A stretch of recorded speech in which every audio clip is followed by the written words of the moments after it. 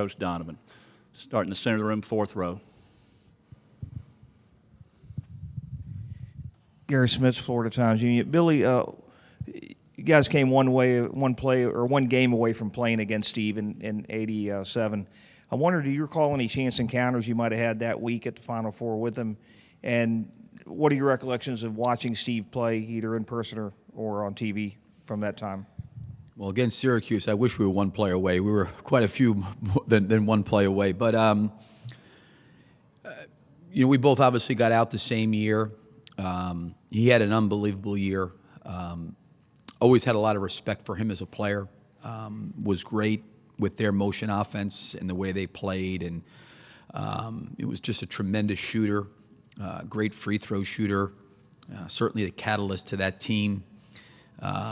And a major part of why they won the national championship his senior year.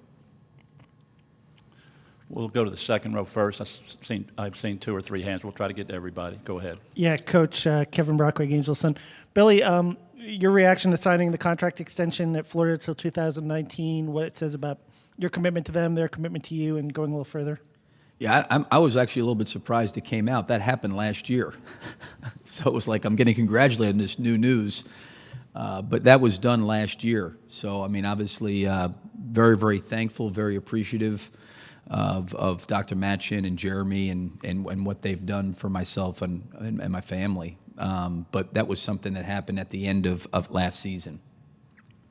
Go to the back row, right side. Pat? Pat Dooley, Gainesville Sun. Billy, 2 questions. One, can you talk a little bit about what this run has been like with Billy there on the team? And secondly, can you just talk about, you guys have been really good about not turning the ball over. And this is a team that's like 4th, I think, in the nation in steals per possession. How important that is for you? Well, it's been great for me as a father. I've always said this, is that, when your children go off to college, there's always that wonder of, will they ever be back? Will you see them a lot? Is it going to be a long-distance relationship? Will it be kept in touch, over the phone? And maybe the off-season you get a chance to see them. So when he decided to come back, certainly he's went to a lot of our games. He's been to a lot of NCAA tournament games. But now to have him in the locker room, on the court, part of practice every single day has really been great for me. Very, very rewarding. Very, very thankful that I can share, these times with him. It's been a lot of fun for me. Pat, would you say that the turnover part of it? I guess they're terrific. At coming up with steals, which generates fast break points for them. I mean, they're terrific on the break. They're very fast. They're a great passing team. They're an unselfish team, and certainly missed shots, turnovers, loose ball turnovers in the middle of the floor. They're great at taking those plays and turning them into points. Third row on the end, Mike. Yeah, Mike Bianchi, Orlando Sentinel. Billy, it seems like a lot of people thought Chris Walker was going to come in and be an immediate superstar. Do you think expectations are unfair on some of these college freshmen coming in? And what has Chris's development been like? I definitely think, Mike, I think that's something that happens to a lot of these guys is they get blown up, and it's almost impossible to reach the level of expectations that people have. And I think when Chris was getting closer to being cleared to play for us, I think people thought I was downplaying, him, just to kind of take pressure off him. But I was with him for a month in practice before he played, and I knew where he was at. And for him, it's going to be a process. There's a lot of things that he needs to learn. There's a lot of growth that he needs. He needs to get physically stronger. He missed a whole summer and fall of lifting. He really missed a whole summer and fall of conditioning. He's been a great kid to coach. He keeps working and getting better, but he's got a long road ahead of him to get to the level that he needs and wants to get at. Now, I think his individual talent in terms of running and jumping, shot blocking, there's things that he's very, very gifted at that come easy to him. But I also think the days of standing in the lane in a high school game and daring people to come down the lane and blocking shots, like those days are over with now. Now he's got to worry about screening action, being screened, guarding and pick and rolls, guarding big guys that shoot, being in the right spot. There's a lot that goes into it that I think he even himself at times has been overwhelmed by. But he continues to get better, and I think that with the attitude he has now, if he continues to keep that and doesn't get frustrated with how far behind he is, that's the thing that's been most impressive to me, is I think when you deal with a guy that's as highly exposed as he is, the frustration can seep in after a couple games. Well, okay, I'm fine not playing, but why am I not playing now? And he's not been like that. I think he knows coming in mid-season, he hasn't had the attitude of wanting to disrupt our team. I think he's tried to contribute and help however he can. We have two or three more, same area. We'll go ahead and go to the fourth row, excuse me. Don Wade, Memphis Daily News. Billy, if you could just speak to whatever pressure you might feel now, kind of trying to live up to your own reputation, having made deep runs, and when you were a young coach before the first deep run in the NCAA tournament. Yeah, I don't know. I think all of us as coaches want to move on and advance in the NCAA tournament. I've always said this: there's no easy exit out of the NCAA tournament. I like the fact that we're having a chance to play and compete. And I think every game you get a chance to win, it becomes more difficult, becomes more challenging, it becomes harder. I think the pressure that I place on myself would be more internal in terms of trying to get our team prepared and ready to play.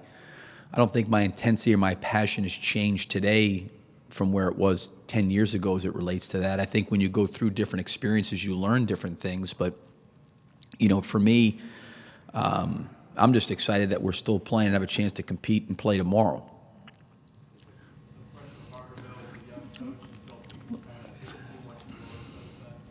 Well, I think in those situations when you're a young coach, you're always in a position where you're trying to prove yourself. I don't think that that's any different for anybody in any job. You get offered a job and you're young, you get a promotion, you're young, you're going to want to prove that you can do the job and do it well.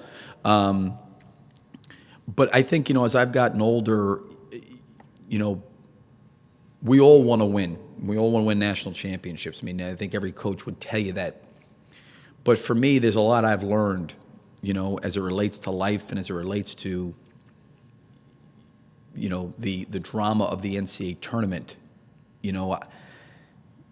What are these guys going to take from this experience, and how equipped are these guys to take the next step in their life? And the process that we go through as a group, to me, putting it in a capsule, where we were the first day of practice with Wilbekin suspended 6 games, Dorian Finney-Smith suspended 3, DeMontre Harris not on our team, injuries, playing without, a point guard in a game with Wilbekin and Hill being out, dealing with Willia Get's knee, and Eli Carter can't get himself healthy. Our team was in complete shambles and disarray when we came back to school in August. And to me, to see what those kids have done in terms of trying to come together as a team, that stuff to me is really what it's about, more so than just the end result of winning. Because we all want to win, and I hope we go all the way through. I mean, I'd love that. But that stuff I probably have a lot more appreciation for now than maybe I did when I was younger. Same row. Billy, Tom Corrin with ABC in Tampa. As you know, the coaching carousel continues every year, and John Pelfrey's name has been mentioned as a possible candidate for the USF job in Tampa. First of all, would you speak of John? And secondly, that would be a program you would endorse to John to take over if he was interested in? Being in the state for 18 years, I think South Florida's got great potential. I think John would be terrific there. I've not spoken to anybody from South Florida. I don't know where their interest level would be at. I think John, my recommendation to John, I really haven't talked to John much about it. I think the one thing I respect about him is he's not a guy that's just out there chasing jobs. I think he would want to be in a place where it was a good fit for him, good fit for the school, and they wanted John. But John would be tremendous, at South Florida. And my recommendation to him would be that would be something that he would need to seriously consider if there was interest on their part. One row behind. John Martin, Commercial Appeal. You've recruited Memphis in the past. You've got Chris Gioza coming in 2014. What's your fundamental view of Memphis as a place for talent that you could get to Florida? Well, I think it's a great city for basketball. When you look at Memphis Tigers, they have great support. The city of Memphis has always produced a lot of really good, talented basketball players year in and year out. It's always hard, I think, coming into this city when Memphis really wants a player here. I think it's got to be maybe a unique situation where maybe there's not a need for a player at Memphis and the kid is looking maybe to leave the city or the state. But I think if you look at a lucrative talent-based pool of a city, Memphis has got as good a talent as anybody in the country. Same row. Billy, if this game were to turn into a roll-up tempo, high-scoring game, you guys have excelled on the defensive end. You feel like this team's equipped, though, to really put up some numbers if necessary? Yeah, Edgar, I don't necessarily. I mean, we all want the ball to go in the basket. I mean, I hope we score 120 tomorrow, but we haven't done that this year. But I think that we want to play up tempo. UCLA wants to play up tempo. There's things that you have to do in playing up tempo. You got to take care of the ball. You don't want to give up easy baskets. But certainly for us, I mean, we're pressing. So when we press, we're trying to force tempo.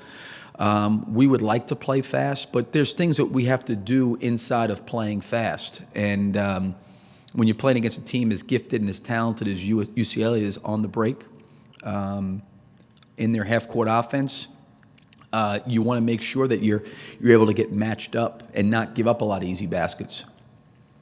Left side, fifth row. Go ahead. Ryan Carty, Orange County Register. Coach, UCLA has lost, or you guys had beat UCLA 3 times in the last 8 years in the NCAA tournament. Any memories specifically from 06, 07, 11 games? And is there any striking similarities or differences with this team from those past teams? It's hard just because I know the jersey, the letters across the jersey still say UCLA, I think. But, for our team, everything's really changed. We got totally different team, totally different players. They have a different coach. They have different players. So I'm not so sure what, we would be able to take from any of those past games, past experiences. Certainly got a lot of respect for UCLA, their tradition, what they've been able to accomplish, over a very, very long period of time. But I'm not so sure there's anything with our guys that we would bring to the table that would help us get prepared to play them tomorrow.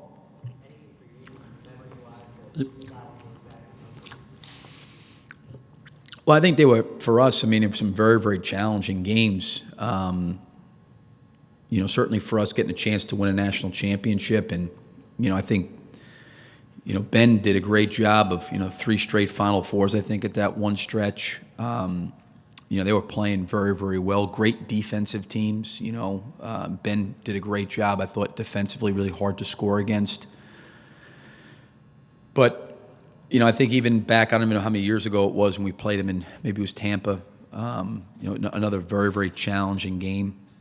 That would be it. Third row, right side. Richard Johnson, GatorCountry.com. Coach, how do you think this team adjusts to playing at different tempos compared to other teams you've had? I mean, I think we're pretty good at it. Sometimes you want the game to go up and down the floor. It doesn't go that way, and you got to play in the half court. And there's other times the game does get going up and down the floor because a lot of missed shots or turnovers, and you got to be able to play that way. So I think this time of year, most teams that are playing right now can play a lot of different ways, tempo-wise.